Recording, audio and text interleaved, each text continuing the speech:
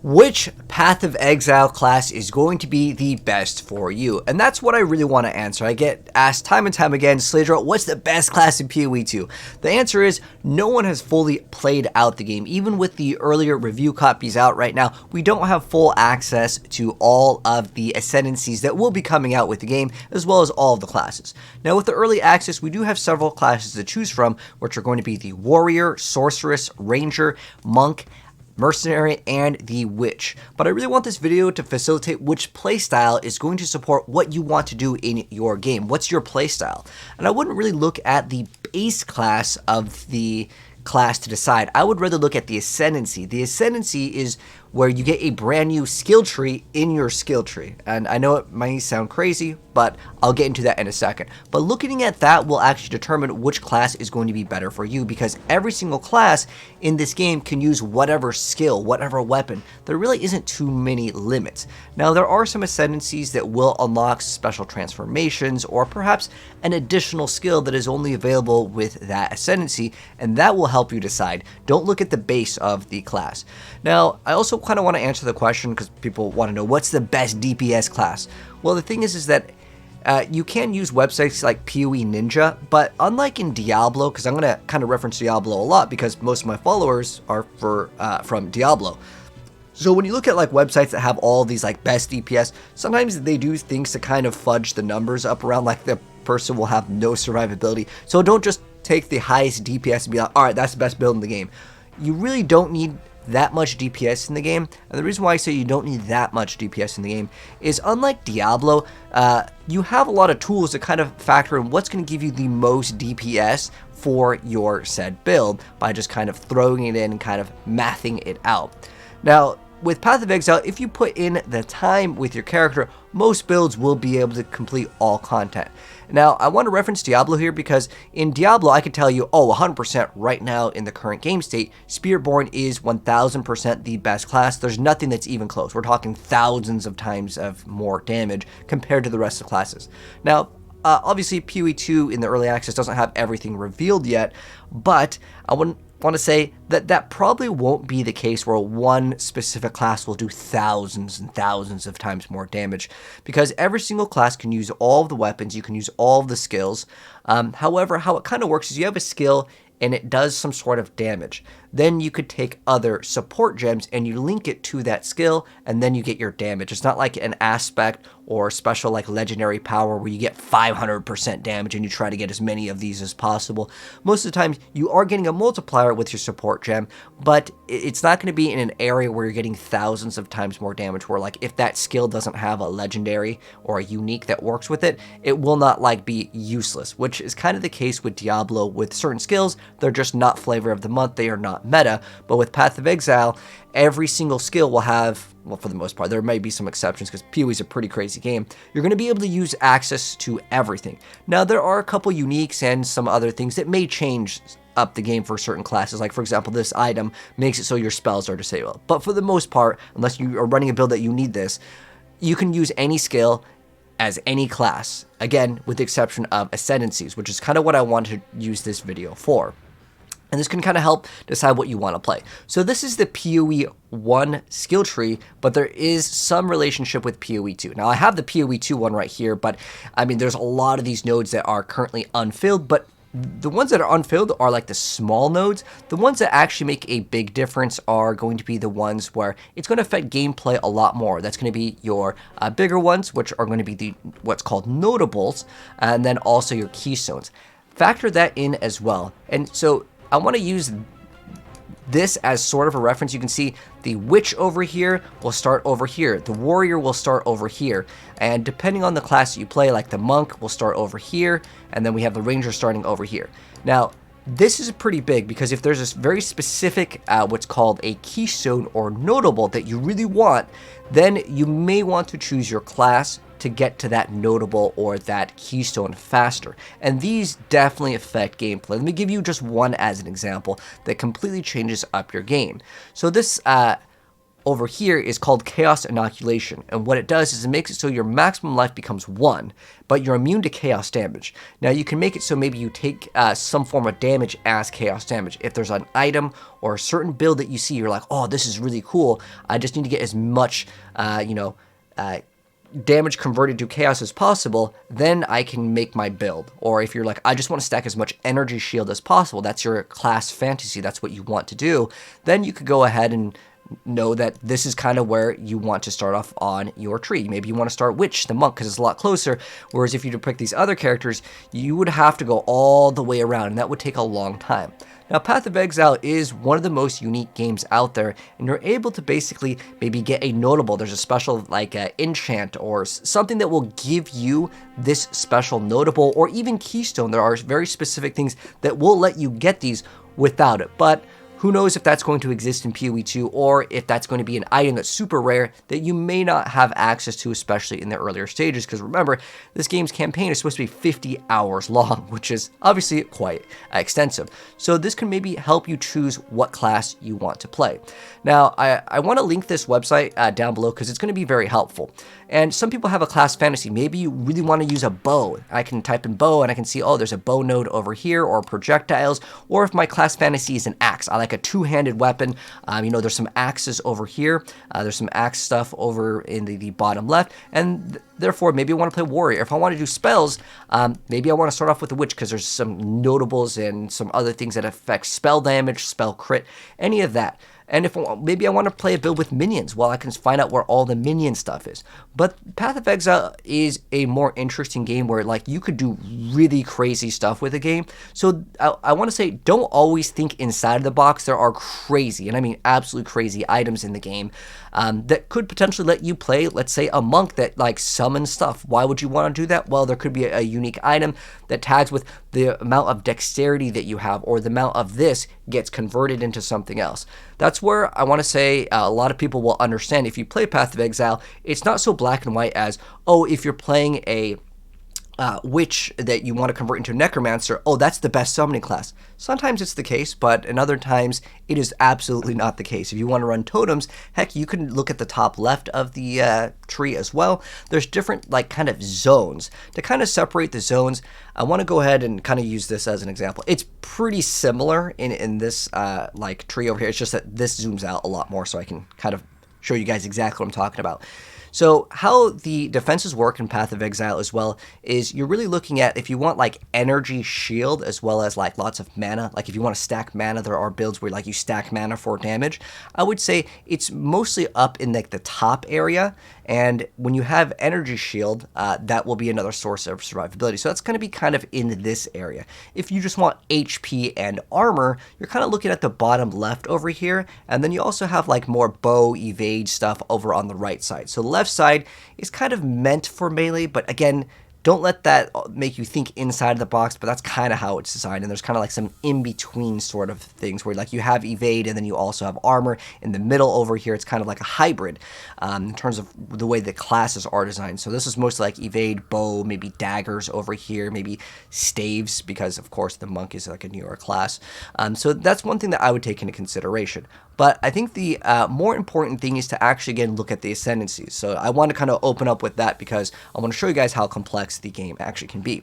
So what I'm going to also link, this video is going to have a lot of links because it's a very extensive game. We don't have all of the ascendancies, but again, this will kind of give you an idea on what you want to do. So if you are like, oh, I kind of like playing a melee class, and honestly, I would probably not recommend to play melee in a lot of action RPGs in general, especially if it's your first time. You want to have a good experience as a beginner player. I've always said that ranged in general for most action RPGs is going to be easier because there are certain boss mechanics in Path of Exile 1, but it'll probably be related to PoE 2, where the monster needs to actually hit you with a melee attack. If you're further away, it generally gives you a little bit more leniency with the amount of time that you have to dodge, or if the boss moves in an area where there's a giant spinning saw blade, well, if you're melee, you can't walk in. So I would say my recommendation for any beginner player is to probably play a ranged build. It will be easier, whether that is a caster, a summoner, or just like a ranged like bow, or if you're using some sort of like spear throwing stuff with any of the huntress, which isn't technically it's not available at the launch, but it'll come later. But I want you guys to mainly focus in on the ascendancies. So let's go ahead and jump into that. There is a lot of ascendancies. So we're going to start off with the sorceress, and I'm going to use this because I like the little image that they provided. So using this will make it much cleaner to look at.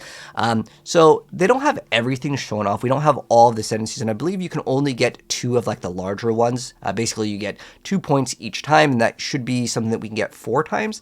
But in the earlier access, we don't have all of them shown off. But I really want you guys to kind of look at this to kind of decide what class that is the best for you. So starting right off, we have Strike Twice, which says targets affected by 2 of your shocks at the same time. Or they can be affected by 2 of your shocks at the same time, and it's 50% less shock duration. So you might be wondering, well, what is shock? Shock is where the target will take more damage based on that shock amount. And to actually shock the enemy, you have to have a chance to shock or some other way to apply it. So if your build doesn't do it, then that's kind of worthless. And then you also have Shaper of Swords, which all damage from hits contributes to shock chance. Well, there you go. Now you have the ability to actually shock. And then you have Tempest Color, which makes it so it grants the Elemental Storm. So it grants a brand new skill that wouldn't be available. So this is, again, where I'm telling you guys, this matters more than the ascendancy matters a lot more than like your actual like starter class. Hopefully that kind of makes a little bit more sense now. So it says trigger Elemental Storm on critical hit with spells. So as long as I crit, I'm going to be able to trigger that Elemental Storm. So I get kind of another like a 2-for-1 skill maybe is kind of how it works. So if you want to go for some sort of build where you want to do lightning, this could be something to consider. Now again, there's other nodes that we don't see, but at least this way you have kind of an idea on maybe what to choose. And then next up we have the Chronomancer. So as far as the Chronomancer goes, these are the special things. So it grants Temporal Rift and Time Freeze and Time Snap. Now again, without the actual text here, you'd be kind of lost. So it's great that they have this here. So how it works is it's going to grant the time freeze skill, so it's going to hold all of the monsters in place. Now, there's also something that probably should be mentioned here. If this works against bosses, it seems like this would be super OP, right? You get a party of 4 Chronomancers and you perma-freeze the boss. I don't know if this will work against the bosses or pinnacle bosses, so that'd be something to take into consideration as well. Hopefully the game will tell you it does not work against certain bosses, which that should be fair. I mean, most people probably don't expect to go to like the end game boss and be like, all right, I'm gonna freeze them. So yeah. Anyways, next up there's this Temporal Rift. After activation, you get to return exactly where you activated the rift with the current life and mana that you had. So if there's a boss that maybe does a big slam attack, and if it doesn't one-shot you, maybe you're at like, 2 HP, you go ahead and activate this. It's like recall with like Tracer from Overwatch. You go right back, and that's kind of cool. Or it says life and mana, so maybe you're running a build, and maybe you get enough cooldown reduction that you can spam this quite often. Maybe you have a build that spends all of your mana or all of your HP. You maybe have blood magic or whatever, and you're able to actually do a big chunk of damage, but then you can reset it and do it again. So that could be some sort of class fantasy as well. And then we also have this Unbound Encore. It says grants the Time Snap. So upon use, it mentions you can reset all of your spell cooldowns.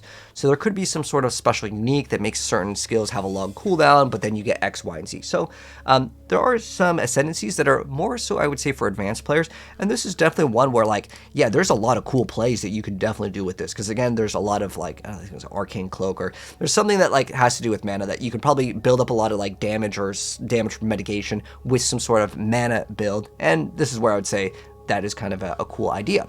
Next up, we have the Warbringer. So this is for the warrior now that we did sorcerer.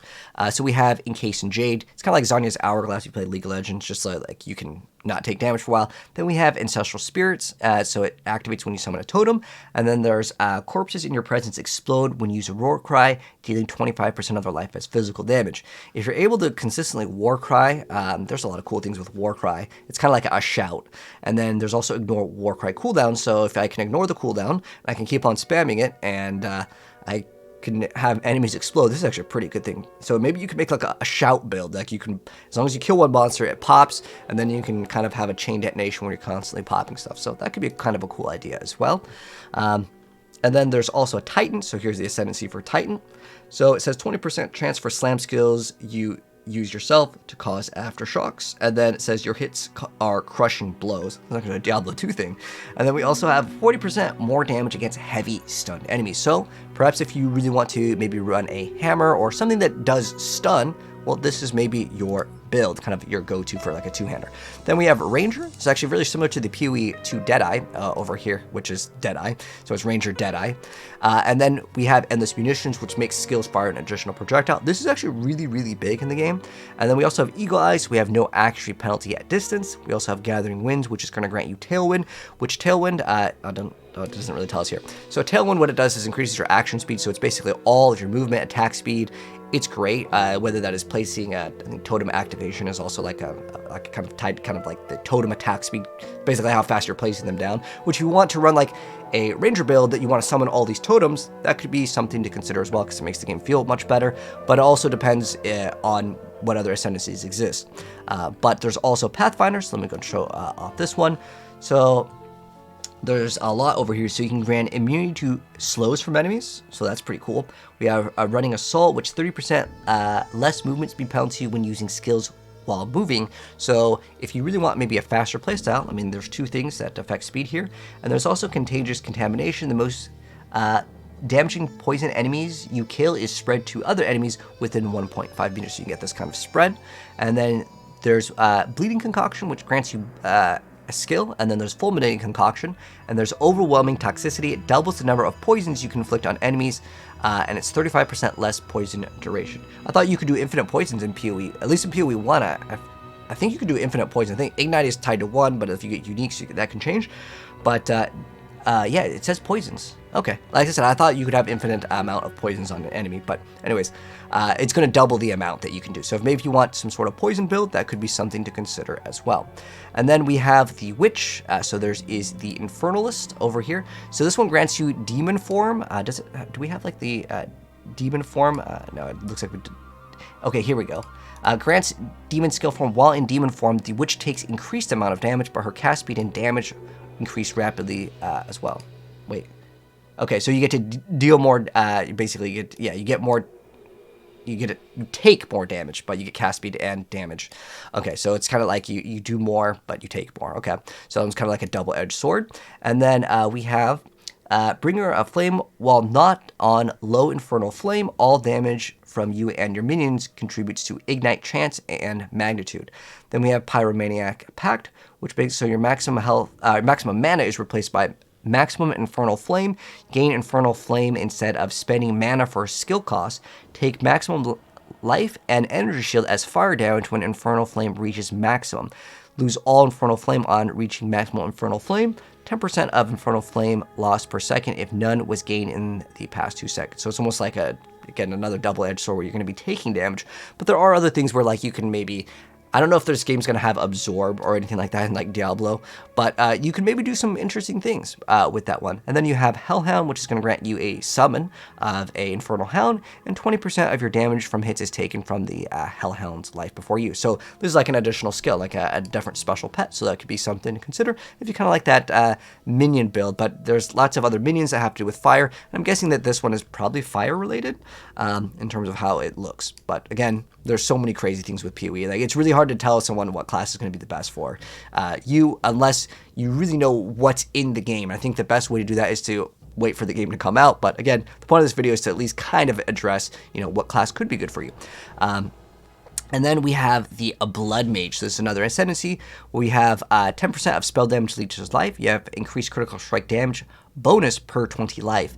And then we have Sanguimancy, which grants us remnants. Skills gain a base life cost equal to base mana cost. Okay, I'm guessing you should probably get more damage if it's also going to cost HP.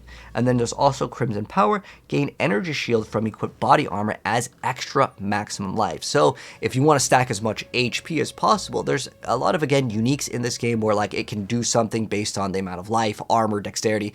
There's a lot of cool things in the game, and so if you want to become a life stacker, maybe this could be something to consider because you're going to get a lot more crit damage based on per 20 life. So again, if that's kind of be your like goal with it. So some of these classes, you can definitely see that there's a lot more creativity with them, which is something I do like. Then we have Monk. So we have the Invoker.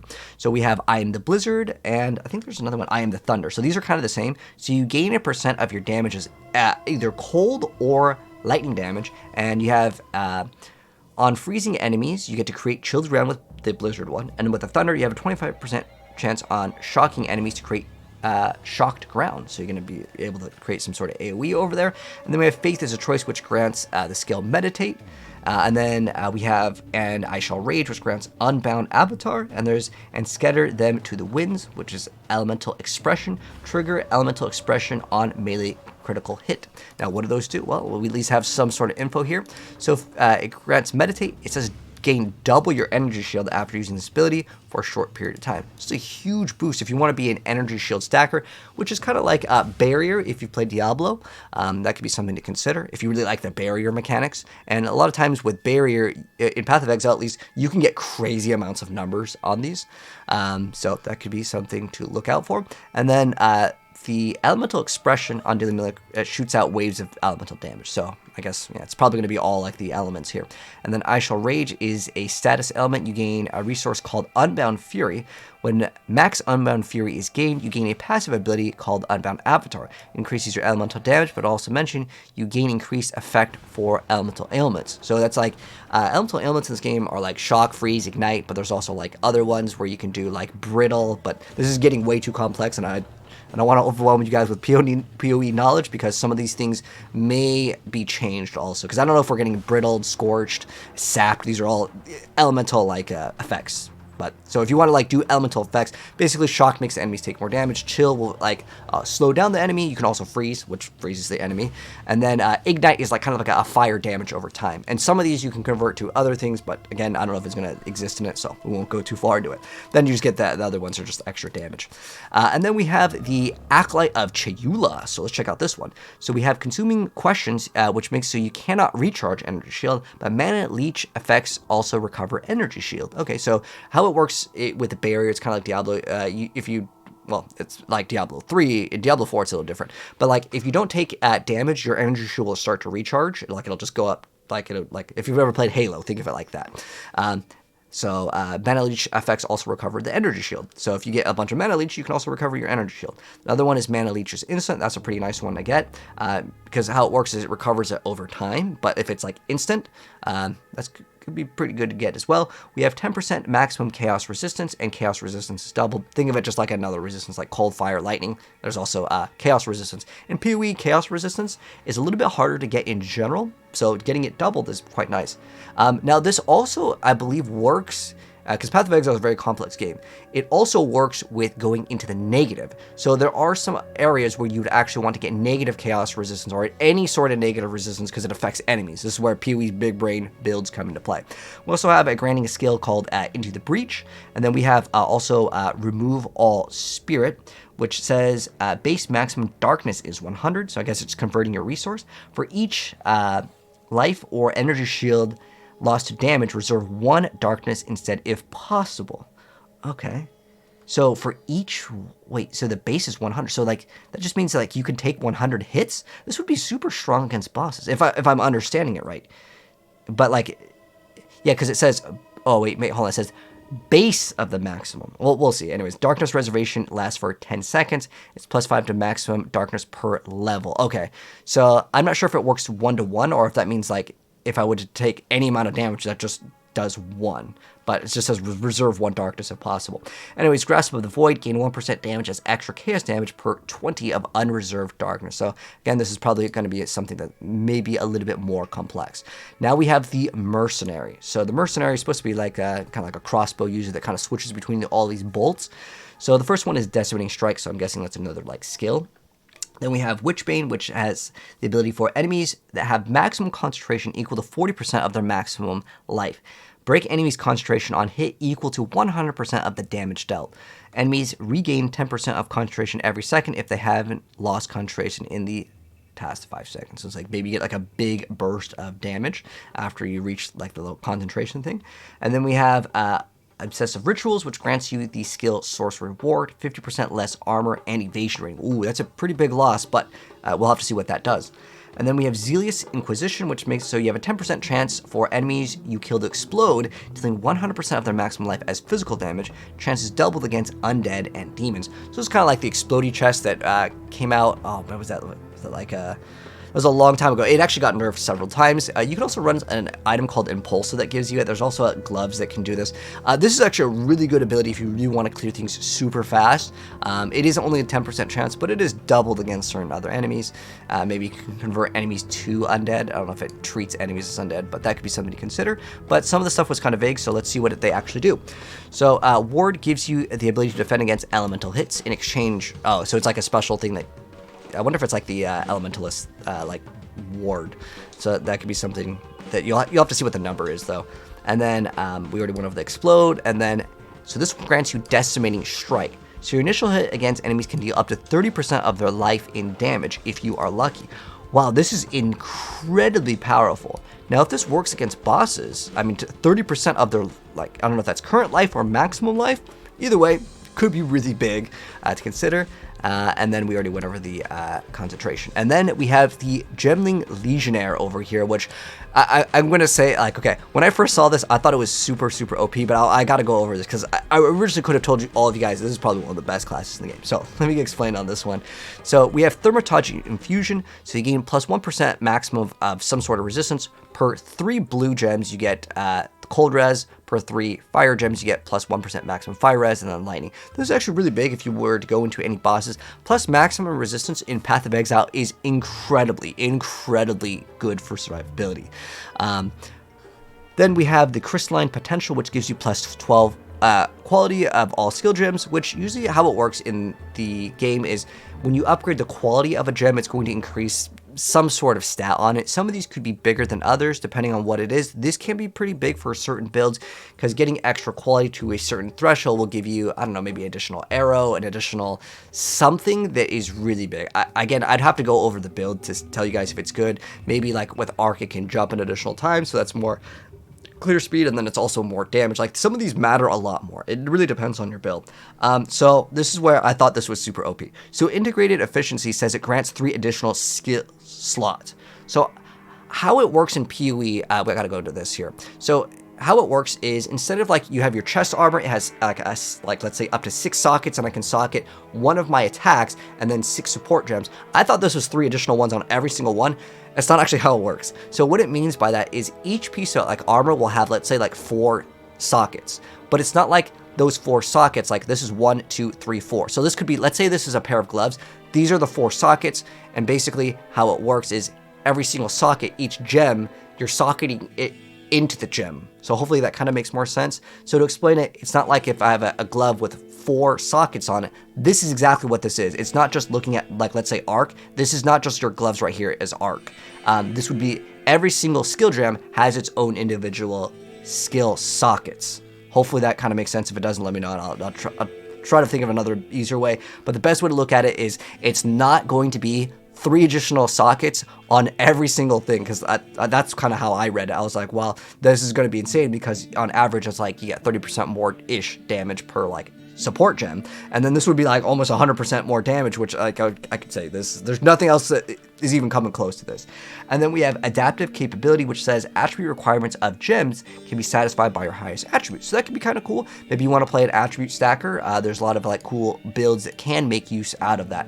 But another thing I want to focus in on, man, this video is like way longer than originally I intended it to be, but there generally is so much stuff. So don't let me discourage you if I'm telling you guys, oh, if you want to be a summoner, which is probably going to be a good class to think about, because you can have like, you know, all these summon bonuses for minions. They are located over here.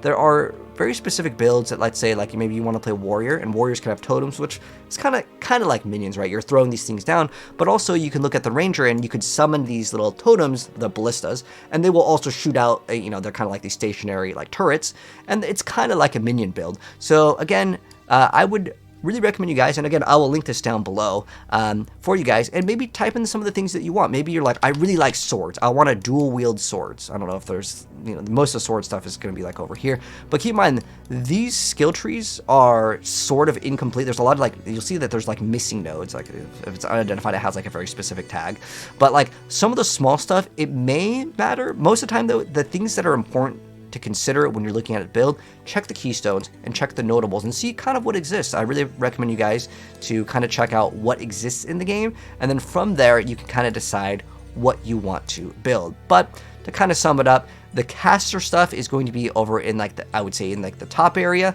and then the melee stuff would be in like this area over here. But again, you could play Huntress, you can play Ranger, and you could be melee. It's just that with certain skills, it may have like projectile tags or bow tags, and the bow stuff might be over here, but that doesn't mean you have to get it.